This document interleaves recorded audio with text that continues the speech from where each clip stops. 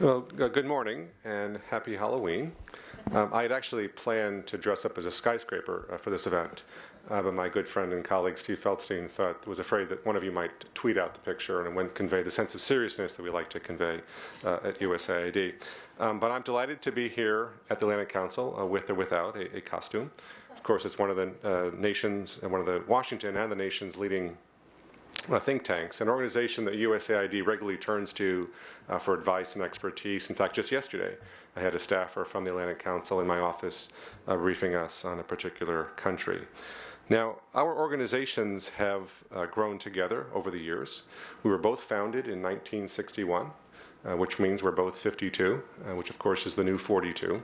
So we are both young and hip organizations. And of course, working in the administration, you tend to see council board members constantly, and it's hard to attend a senior level meeting in the administration without seeing a former board member of the Atlantic Council. But I do want to thank the Council for hosting and supporting this event. I want to recognize three people in particular, Barry Pavel, Peter Engelke, and Parajuta Vadlamanti. They're just a few of the people here at the Council who have worked on urban issues over the years, and we're proud to be here to celebrate their work. I also want to recognize Alonso Fulgham, who was head of USAID for a period and is still beloved in the agency. We miss you very much. Now, with the help of partners like the Atlantic Council, over the past 3 years, USAID has released 9 policies and strategies. I'm sure you've all read them all, but if you haven't, they cover a range of topics: gender, violent extremism, youth, water, and most recently, democracy, human rights, and governance. And together they form a library of guidance and principles that inform our development work throughout the globe. And I'm proud to be here today to add to that set the Sustainable Service Delivery in an Increasingly Urbanized World policy, also simply known as the urban policy. But we have a rule in government that if you can say something in more words than fewer, then do so. So we're going to talk about the urban policy here today. And in developing the policy, we pioneered a process of open policy making. So we posted the policy on the internet, invited comments from all over the world. We also held in-person consultation sessions with NGO reps, think tanks, our contractors and grantees. And we incorporated input from more than 100 people. And I think all that input has really produced a much stronger document with great breadth and intellectual rigor. Now, if you permit me a quick shout out to my USAID colleagues who helped produce the strategy, I think many of whom are here: Michael Donovan, Scott Doberstein, Elizabeth Bausch, Andrew Golda, Mike Kashishian, Denise Lamotte, Timothy Mahoney, Stephen Matsey, and Jeff Schuman. And I believe that they're all here. I'm not sure if they're wearing costumes, but they are young and hip.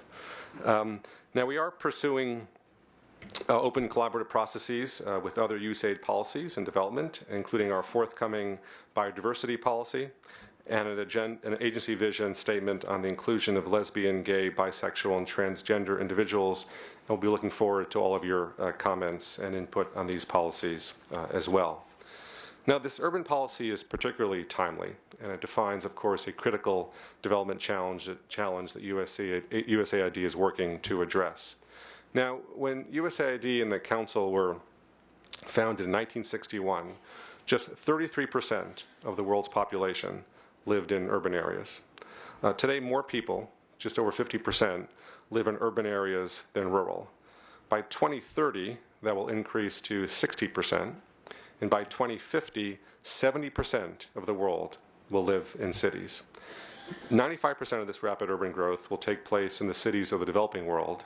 And in Asia alone, the urban population will increase from 1.9 billion today to 3.3 billion by 2050.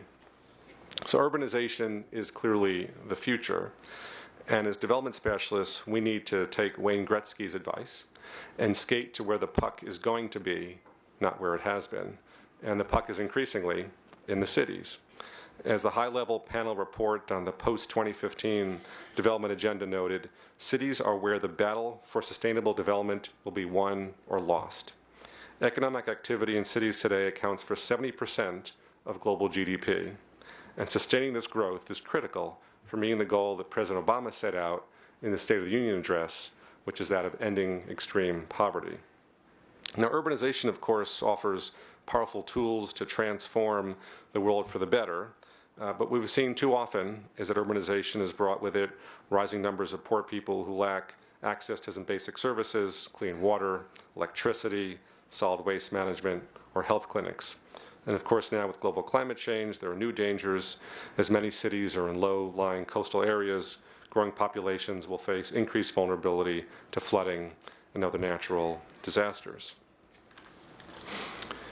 But we have an opportunity to harness urbanization to reduce extreme poverty and create resilient urban populations if we work together and take advantage of innovation and some of the most advanced technologies. And I'll offer one example of what we're doing in Kenya. We're working with a company called Sanergy that develops low-cost, off-grid infrastructure that provides safe and affordable sanitation to slum dwellers.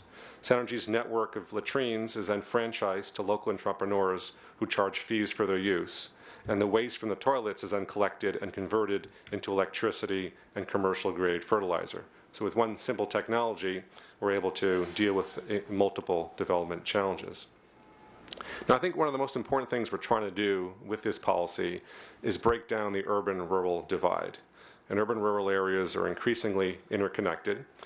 We know that rural poverty rates tend to fall in countries with higher rates of urbanization. And what happens in cities will shape the development community's ability to achieve our key objectives, whether it's ending extreme poverty, enhancing food security, ending preventable child deaths, promoting low emissions growth, alleviating conflict, or expanding opportunities for quality education. Now, over the next 75 minutes, you'll have a terrific presentation of our work in Kathmandu, followed by an engaging panel on the urban strategy. My colleague Steve Feierstein will provide more detail on that policy. Do feel free to grill him as much as possible. We enjoy doing that at USAID.